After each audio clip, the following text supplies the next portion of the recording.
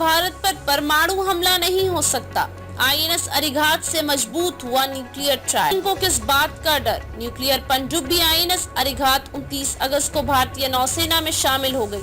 रक्षा मंत्री राजनाथ सिंह ने कहा कि ये देश के न्यूक्लियर ट्रायड को और मजबूत करेगी और इससे भारत का न्यूक्लियर डेटरेंस बढ़ेगा। इस पर चीन के सरकारी मीडिया ने कहा है कि परमाणु ताकत का इस्तेमाल शांति और स्थिरता के लिए करना चाहिए, न कि ताकत दिखाने और न्यूक्लियर ब्लैकमेलिंग के लिए।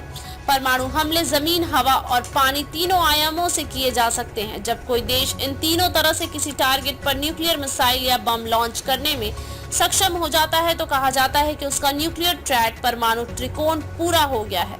भारत न्यूक्लियर ट्रायड वाला देश है। अग्नि 2, अग्नि 4 और अग्नि 5 मिसाइलों के जरिए जमीन से परमाणु हमले की क्षमता, राफेल Su-30 MKI और मिराज 2000 हवा से न्यूक्लियर वेपन लॉन्च कर सकते हैं। आईएनएस अरिहंत पनडुब्बी के जरिए पानी के अंदर से न्यूक्लियर वेपन लॉन्च कर सकते हैं। 29 अगस्त को नौसेना में शामिल हुए आईएनएस अरिहंत भारत की दूसरी न्यूक्लियर सबमरीन है। इससे भारत का न्यूक्लियर ट्रायड मजबूत हुआ है। इन तीनों तरीके की पनडुब्बियों में न्यूक्लियर रिएक्टर लगा होता है, जिससे बनने वाली ऊर्जा का इस्तेमाल पनडुब्बी को चलाने के लिए होता है। हालांकि न्यूक्लियर अटैक सिर्फ SSBN पनडुब्बी ही कर सकती है। अरिहंत और अरिहंत दोनों ही SSBN क्लास की सबमरीन है।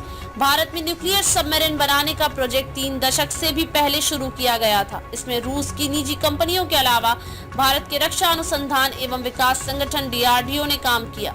2009 में आईएनएस अरिहंत को लॉन्च किया गया और 2016 तक इसे ट्रायल के बाद पूरी तरह ऑपरेशंस के लिए तैयार मानते हुए भारतीय नौसेना को सौंप दिया गया और इससे भारत का न्यूक्लियर डेटरेंस बढ़ेगा।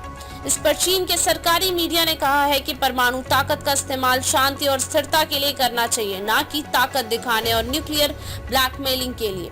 परमाणु हमले जमीन, हवा और पानी तीनों आयामों से किए जा सकते हैं। जब कोई देश इन तीनों तरह से किसी टारगेट पर न्यूक्लियर मिसाइल या बम लॉन्च करने में सक्षम हो जाता है तो कहा जाता है कि उसका न्यूक्लियर ट्रायड परमाणु त्रिकोण पूरा हो गया है। भारत न्यूक्लियर ट्रायड वाला देश है। अग्नि 2, अग्नि 4 और अग्नि 5 मिसाइलों के जरिए जमीन से परमाणु हमले की क्षमता, राफेल Su-30 MKI और मिराज 2000 हवा से न्यूक्लियर वेपन लॉन्च कर सकते हैं। आईएनएस अरिहंत पनडुब्बी के जरिए पानी के अंदर से न्यूक्लियर वेपन लॉन्च कर सकते हैं। 29 अगस्त को नौसेना में शामिल हुए आईएनएस अरिहंत भारत की दूसरी न्यूक्लियर सबमरीन है।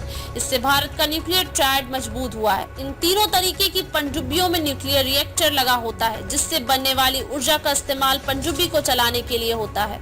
हालांकि न्यूक्लियर अटैक सिर्फ SSBN पनडुब्बी ही कर सकती है।